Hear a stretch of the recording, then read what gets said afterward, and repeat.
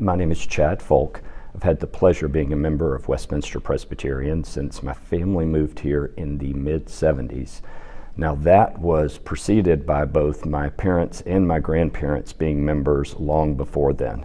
So I've had a lot of time here at Westminster Presbyterian Church.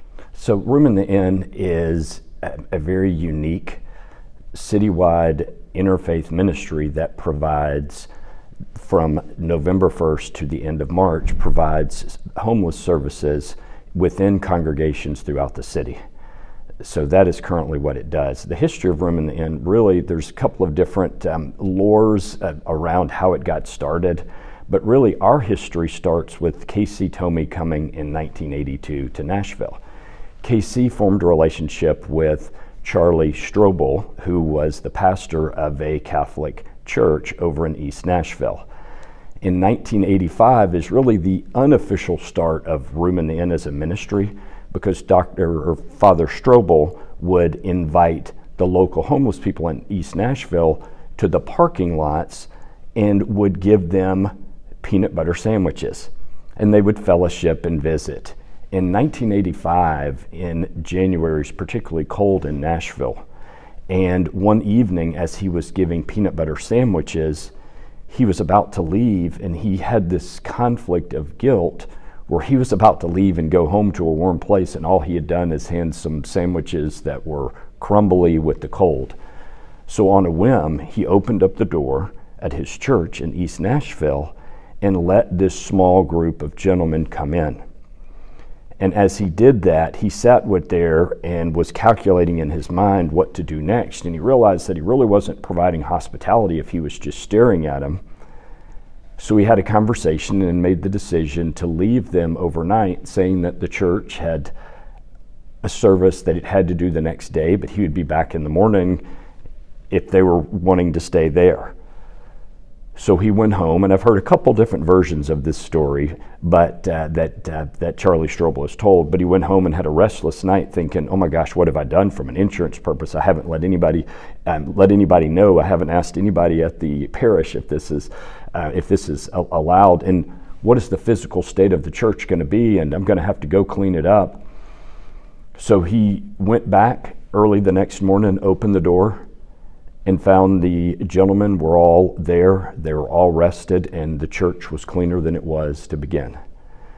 So that was in January of 1985. The next year, he thought about how could this be expanded, and he reached out to 4 different pastors that he knew. One of them was K.C. Tomey. So the following January of 1987, Westminster was one of the 4 congregations that housed people during the winter. So that was the unofficial beginning of that. Westminster has continued to, as that program is codified, which is now serves over 200 congregations. And last year there was over 1,500 unique people that were served by the Room in the Inn program. But it's really neat to think that Westminster really was at the very forefront of a vertical spiritual thought that really came across as a very unique ministry.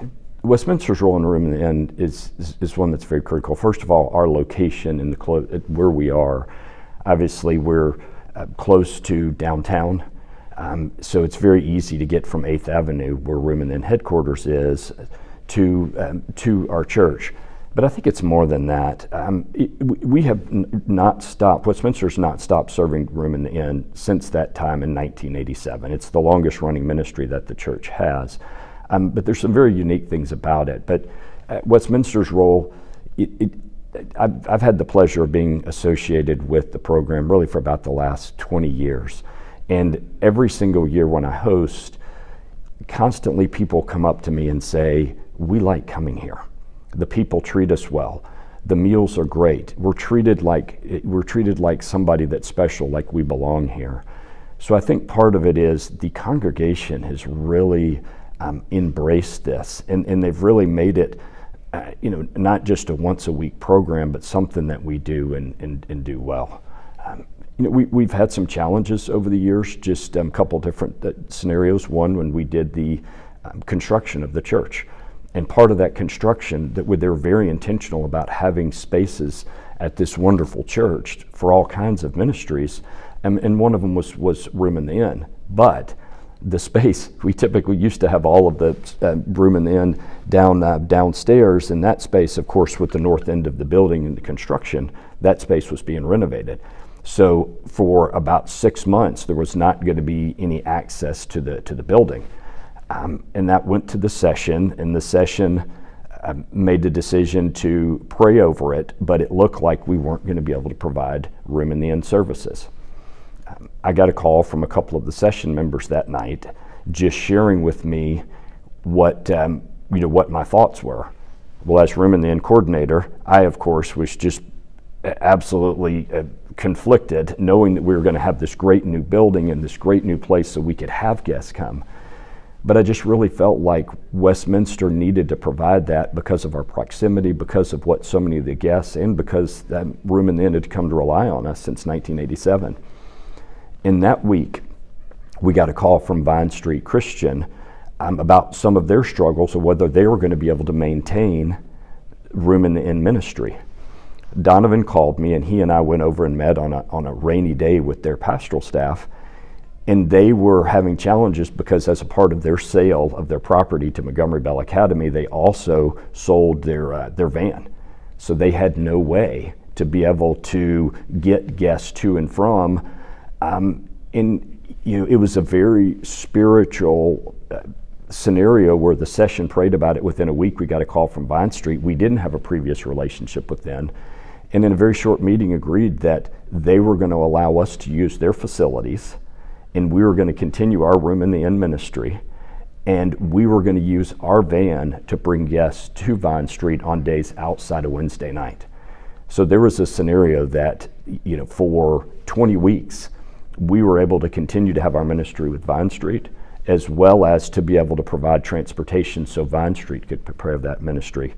And I think that's so important when you think about Westminster's role, because Room in the Inn, there's very few ministries that allow all kinds of different churches to come together. Because Sunday, every night of the week, not just Sunday, churches, regardless of whether their thoughts on baptism or communion or the age of confirmation, they come together and provide these services. It's a very ecumenical ministry that churches can come together. And here's a scenario specifically where Vine Street and Westminster did, and we're still doing it today. We still use our van and take guests over to Vine Street years after that happened. So the second challenging time that Westminster had with Room in the Inn was during the pandemic. Of course, for a lot of good reasons, the church was inaccessible for a lot of ministries that we had. And so the decision was made that if we weren't going to have children here, it probably didn't make sense to have homeless guests here.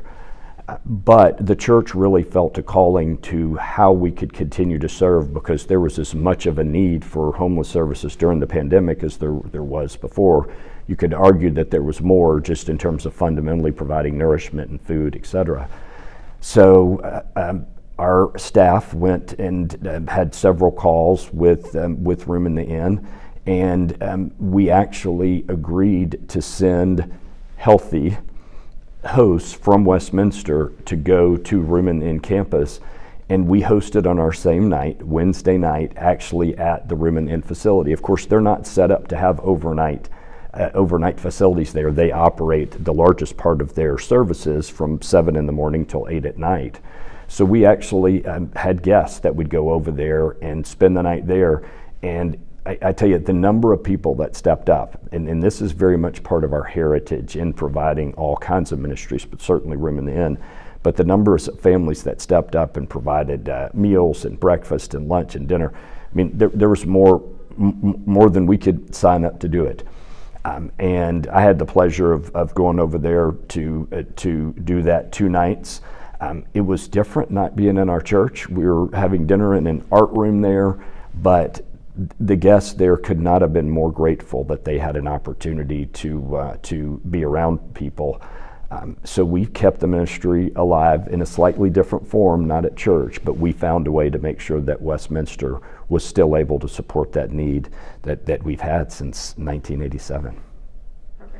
Yeah, the number of stories that have come through the Room in the Inn ministry, they're just staggering.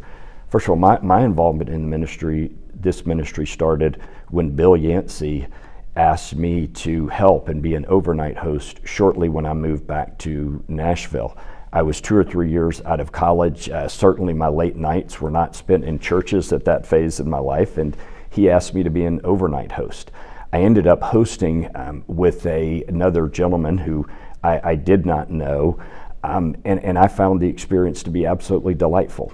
I agreed to be an overnight host for the next couple of years, and then when Bill was thinking about doing something different in terms of coordinating the ministry, he asked me to help lead the coordination in terms of being kind of the lay connector between the church and Room in the Inn. It was at that point that I realized how unique this was, because I can't think of another ministry that allows for different people of all different circumstances and age groups to participate. For instance, I love hearing stories of families that young children can help the moms and dads bake cookies or put an apple in a sandwiches together and put them in a paper bag. Families can come and host, and the stories of children sitting around the table with these guests. And our girls grew up, and the most exciting times that they had were having the opportunity to come and serve at Room in the Inn.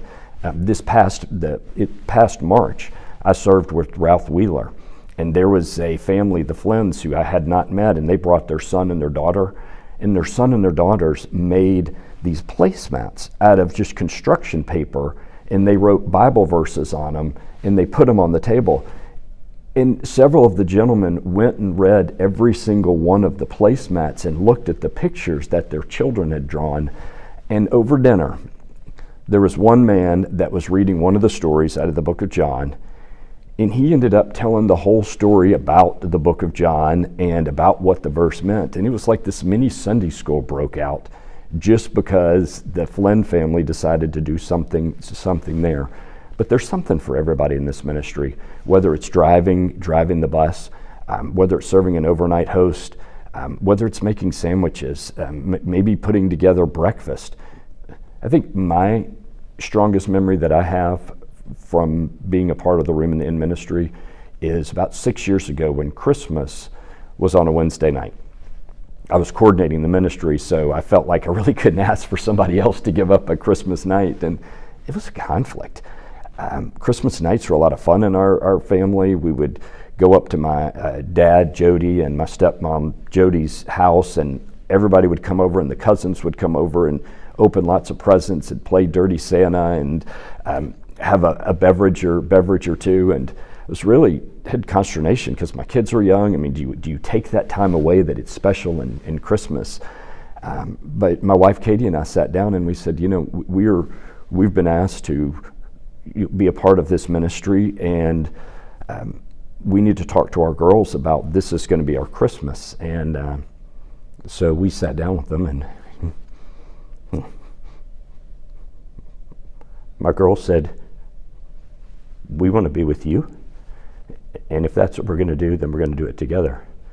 So I called my aunt and uncle, Ben and Laura. I called my dad and Jody, and we decided that we were going to take our Christmas to Westminster. And we had it in the fellowship hall. We brought china, we brought glasses, and what's interesting about that is evidently, inevitably, at the Folk family Christmas, somebody will bring out a guitar and play music, and after dinner, two of the gentlemen went right outside of the fellowship hall where there was a piano sitting there, and it was the most delightful version of Christmas caroling that I could remember. But that Christmas, realizing that it wasn't just about what our perceptions were, but being able to take a part of a ministry that Westminster had been a part of for years, getting to embrace it. And if you ask my girls today what one of their favorite memories were, they'll think about that time in Westminster, getting to be a part of it. And the guests were as much about that because they brought as much Christmas cheer as we did. So Westminster is always going to be important to Room in the Inn. in the consistency we see we've had in 35 years. But the fact that we've had so many great leaders that have stepped up. Ralph Wheeler now is coordinating with a whole committee of lay people. I don't see any reason why Roman Ann won't continue to be successful at Westminster for another 35 years.